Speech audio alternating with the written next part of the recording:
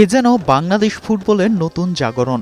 মঙ্গলবার বাংলাদেশ সিঙ্গাপুরের ম্যাচ দেখতে দর্শক সমর্থকদের এমন দীর্ঘ লাইন ছিল জাতীয় স্টেডিয়ামের ৪ নম্বর গেটে। ম্যাচটিকে ঘিরে ফুটবল সমর্থকদের মধ্যে ছিল বাড়তি উচ্ছ্বাস, বাড়তি উন্মাদনা। বেলা বাড়ার সঙ্গে সঙ্গে জাতীয় স্টেডিয়াম রূপ নেয় জনসমুদ্রে। ফুটবলের নতুন জাগরণে বাদ যায়নি ক্রিকেট অঙ্গনের তারকা থেকে শুরু করে বিনোদন জগতের তারকারও।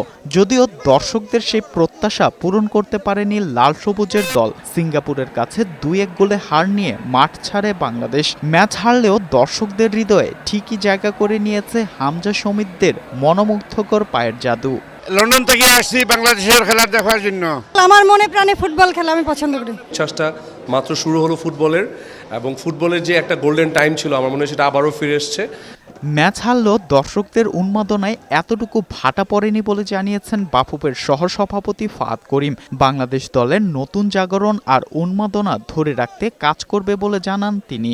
একটি ম্যাচের রেজাল্ট নিয়ে ফুটবলের প্রতি যে ভালোবাসা, সেটাকে আপনি কখনো কোয়েশ্চেন করতে পারেন না। আগামী ৯ অক্টোবর হংকংয়ের বিপক্ষে একই মাঠে হবে বাংলাদেশের পরবর্তী ম্যাচ। সাজু, বৈশাখী সংবাদ, ঢাকা।